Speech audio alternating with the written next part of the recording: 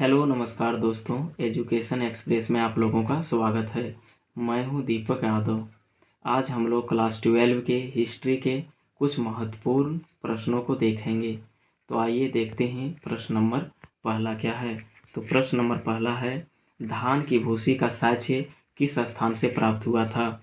धान की भूसी का साक्ष्य किस स्थान से प्राप्त हुआ था। तो धान की भूसी का साक्ष्य रंगपुर से प्राप्त हुआ था। अगला प्रश्न है, रंगपुर किस नदी के किनारे स्थित है। तो रंगपुर किस नदी के किनारे स्थित है। मादर नदी के किनारे स्थित है। रंगपुर किस नदी के किनारे स्थित है। रंगपुर मादर नदी के किनारे स्थित है। अगला प्रश्न है, किस स्थान से एक मुहर मिली है जिसमें एक पुरुष देवता अंकित है। यानी कौन ऐसा स्थान है जिसमें से एक मुहर मिली है जिसमें एक पुरुष देवता अंकित है। तो वो स्थान है मोहनजोदड़ो। वो स्थान कौन सा है, मोहनजोदड़ो। अगला प्रश्न है, लोथल किस नदी के किनारे स्थित है। लोथल किस नदी के किनारे स्थित है। तो लोथल है भोगवा नदी के किनारे स्थित है। लोथल किस नदी के किनारे स्थित है। तो लोथल है भोगवा नदी के किनारे। अगला प्रश्न है, मोहनजोदड़ो किस नदी के किनारे स्थित है। मोहनजोदड़ो मोहनजोदड़ो का अर्थ होता है मृतकों का टीला। मोहनजोदड़ो का अर्थ क्या होता है दोस्तों, मृतकों का टीला। और यहाँ प्रश्न दिया है, मोहनजोदड़ो किस नदी के किनारे स्थित है। तो मोहनजोदड़ो सिंधु नदी के किनारे स्थित है। मोहनजोदड़ो किस नदी के किनारे स्थित है, सिंधु नदी के किनारे स्थित है। अगला प्रश्न है, सिंधु घाटी सभ्यता का काल कब से कब तक माना जाता है। यानी सिंधु घाटी सभ्यता का समय कब से कब तक माना जाता है।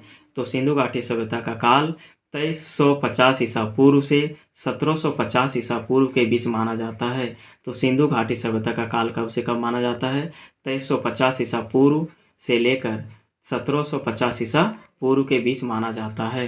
अगला प्रश्न है दोस्तों, मृदभांड किस स्थान से प्राप्त हुआ है। मृदभांड, तो मृदभांड प्राप्त हुआ है लोथल से। मृदभांड किस स्थान से प्राप्त हुआ है। तो मृदभांड प्राप्त हुआ है लोथल से। अगला प्रश्न है, हड़प्पा कालीन किस प्रकार का समाज था। यानी कि हड़प्पा काल का जो समाज था वो किस प्रकार का था। तो हड़प्पा काल का समाज था मातृसत्तात्मक। यानी हड़प्पा काल का जो समय होता था उसमें किस प्रकार का समाज था, मातृसत्तात्मक समाज था। यानी उसमें घर का प्रधान कौन होता था। तो घर का प्रधान माता होती थी। घर का प्रधान कौन होता था, माता होती थी।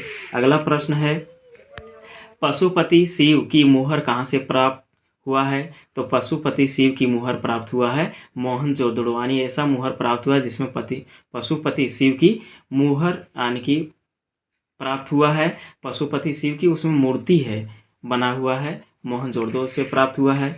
अगला प्रश्न है, सिंधु वासियों का मुख्य व्यवसाय क्या था। यानी सिंधुवासी व्यवसाय के रूप में क्या करते थे।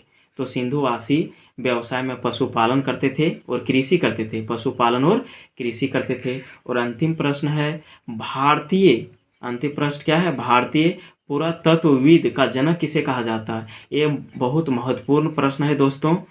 ये प्रश्न अवश्य याद कर लेना, भारतीय पुरातत्वविद का जनक किसे कहा जाता है। और इस प्रश्न का जवाब आप लोगों को कमेंट बॉक्स में देना है।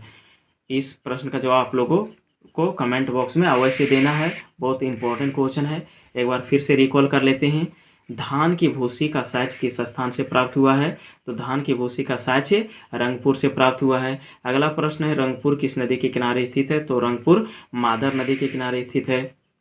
अगला प्रश्न है, किस स्थान से एक मोहर मिली है जिसमें से एक पुरुष देवता अंकित है, मोहनजोदड़ो। अगला प्रश्न है, लोथल किस नदी के किनारे स्थित है। तो लोथल है भोगवा नदी के किनारे। याद रखना है दोस्तों, लोभ तो लो से लोथल और भ से भोगवा।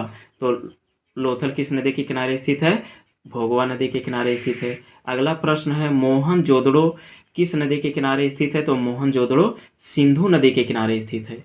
अगला प्रश्न है, सिंधु घाटी सभ्यता का काल कब से कब तक माना जाता है। तो सिंधु घाटी सभ्यता का काल 2350 ईसा पूर्व से 1750 ईसा पूर्व के बीच माना जाता है।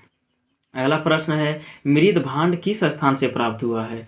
तो मृदभांड लोथल से प्राप्त हुआ है। अगला प्रश्न है, हड़प्पा कालीन किस प्रकार का समाज था। यानी हड़प्पा काल का समाज किस प्रकार का था। तो मातृसत्तात्मक था। अगला प्रश्न है पशुपति शिव की मुहर कहाँ से प्राप्त हुआ है? तो पशुपति शिव की मुहर प्राप्त हुआ मोहनजोदड़ो से। अगला प्रश्न है सिंधु वासियों का मुख्य व्यवसाय क्या था?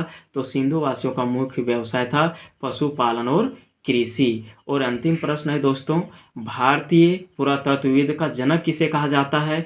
तो इस प्रश्न का जवाब आप लोग को कमेंट बॉक्स में अवश्य देना है, क्योंकि ये प्रश्न जो है काफ़ी महत्वपूर्ण है। थैंक यू दोस्तों फॉर वॉचिंग। अगर वीडियो अच्छा लगे तो शेयर करें, सब्सक्राइब करें और कमेंट ज़रूर करें। Thank you.